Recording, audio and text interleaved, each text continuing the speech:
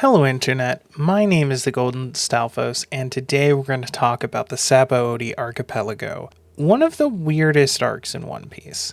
Not because it has a bunch of weird things happen in it, that's pretty normal for One Piece, but because it goes in a direction I really didn't expect the series to go in at all until this point.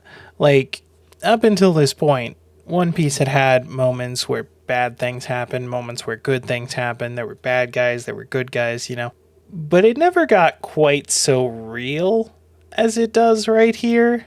Like when you see an evil pirate take over a village and torture people, like that's bad and it gets to you, but it feels fictional because it is.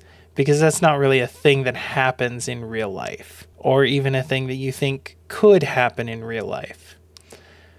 But when you go to an island and you're taken out of your happy, fun-loving pirate adventure to explore the real horrible issues of systemic racism and institutionalized slavery, yeah, it hits a little different. And I mean, like, as an American reading and watching, it hits me because, like, that's a thing that is a huge part of our history, whether we like it or not. And the effects of it are still being felt today in a lot of ways by a lot of people. And that's a little fucked up. But I also really appreciate how nuanced it is. Like, unabashedly, it sets up the ruling family as, like, super bastards, just the worst of the worst, right? But it does that by humanizing and making us sympathize with former enemies. The first time we were introduced to fishmen was back during the Blue Sea arc, right before we met Arlong and his crew. A few characters would talk about Arlong and the fishmen pirates and how scary they were.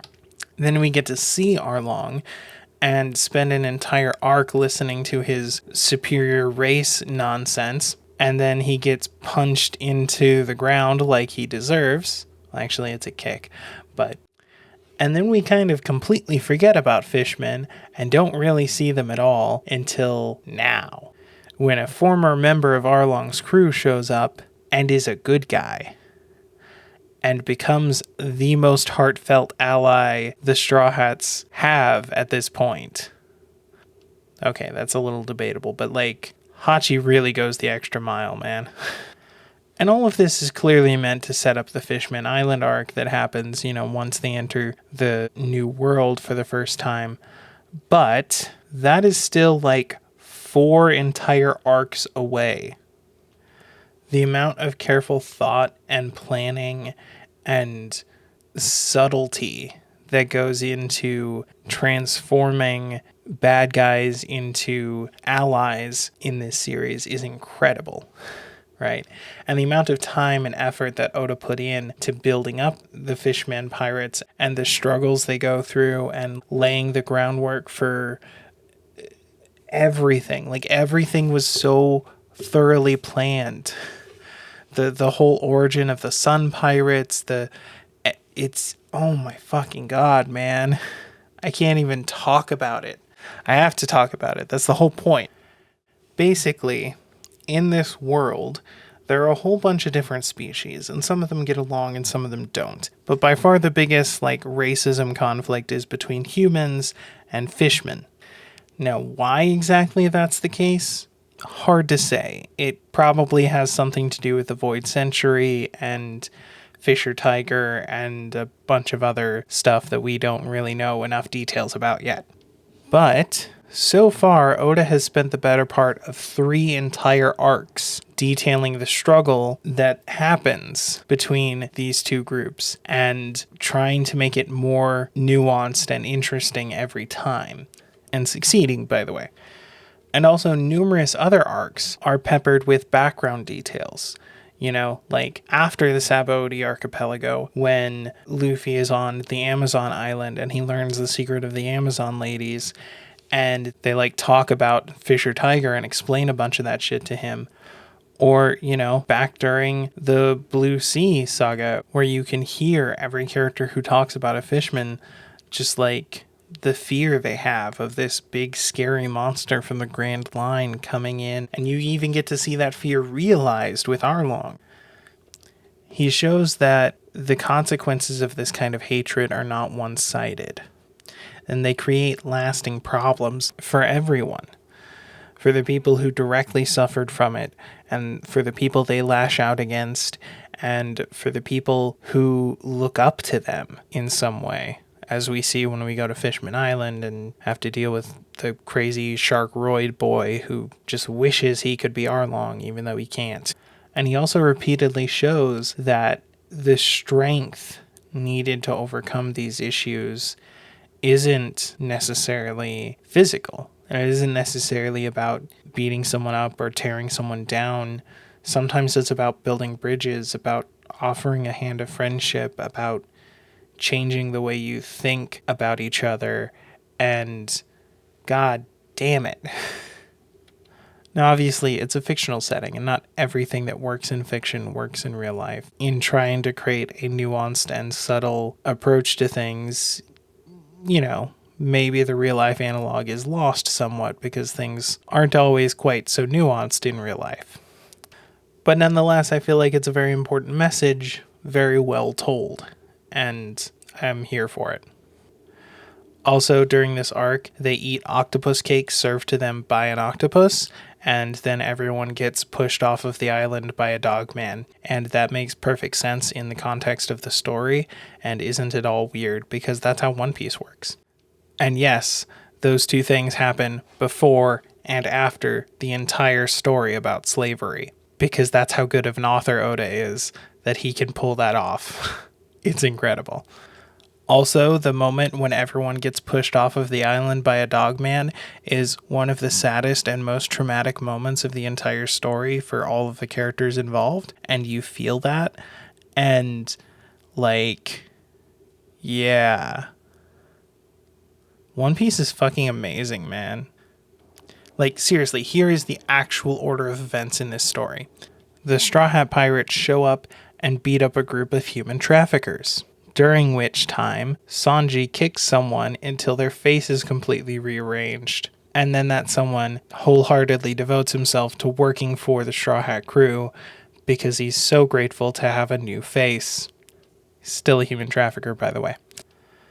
Then they go to an island and visit an amusement park and have fun and eat cotton candy and float around on bubbles. Meanwhile, their friend they just made gets fucking kidnapped by human traffickers at the amusement park.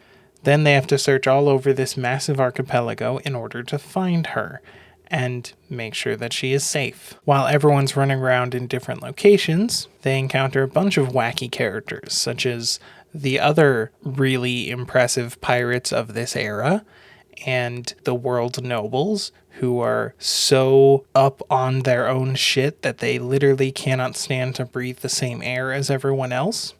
And of course, they're the main slave drivers with a lot more slave imagery going on.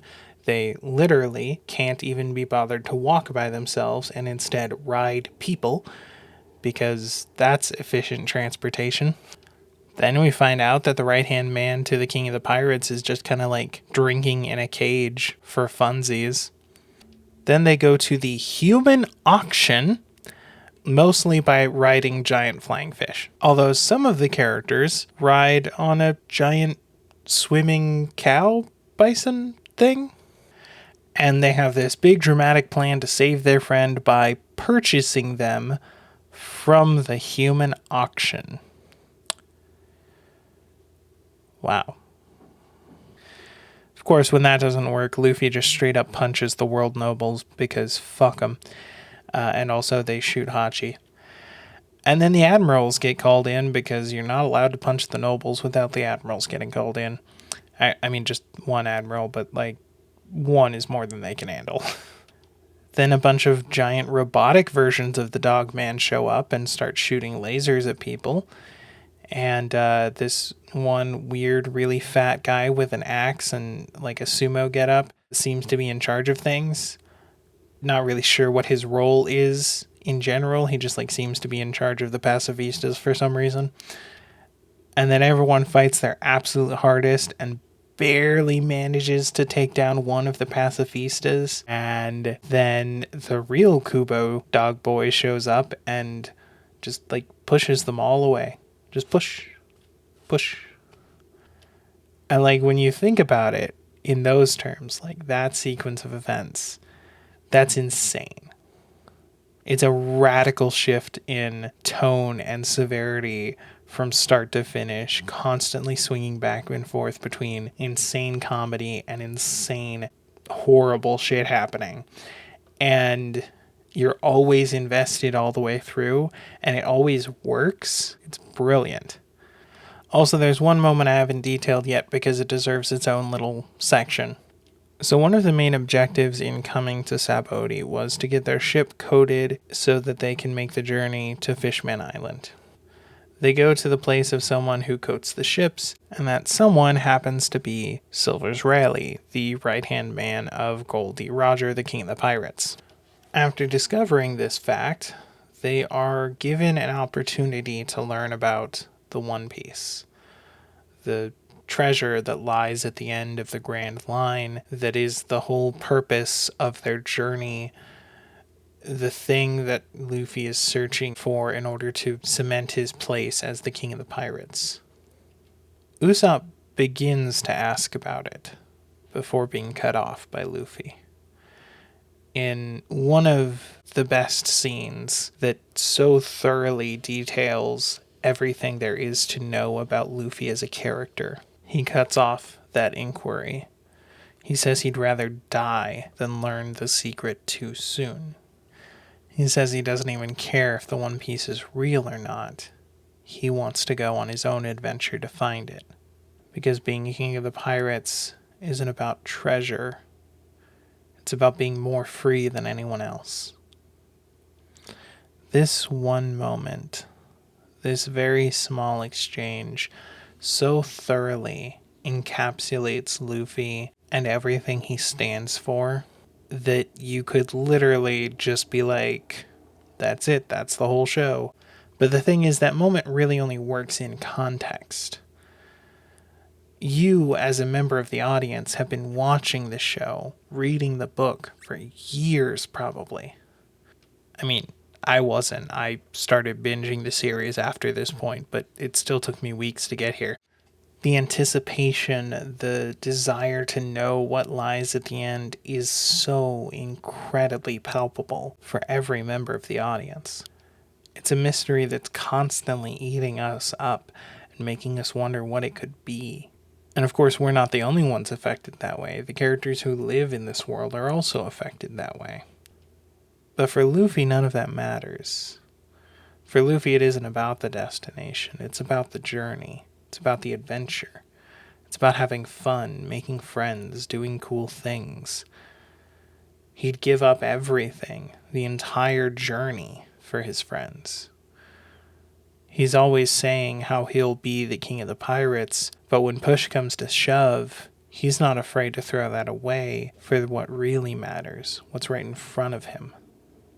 He's not afraid to risk everything to protect those who are precious to him. And in this arc,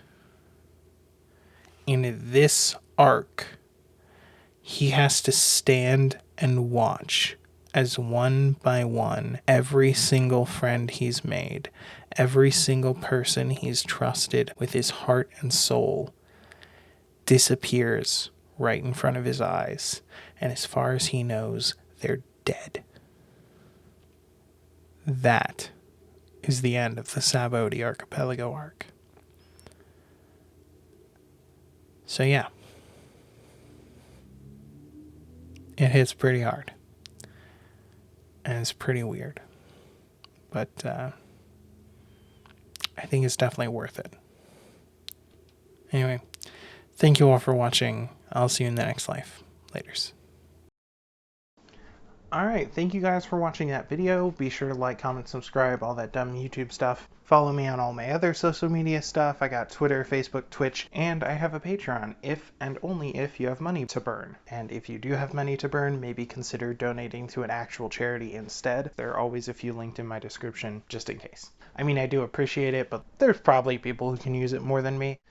Me and my girlfriend play video games she's never played before on twitch.tv/thegolden every Saturday, sometime after 6 p.m. US Mountain Time. And also I sometimes use that channel to do challenge runs and game creation tutorials. So if you're into any of that, please check that out.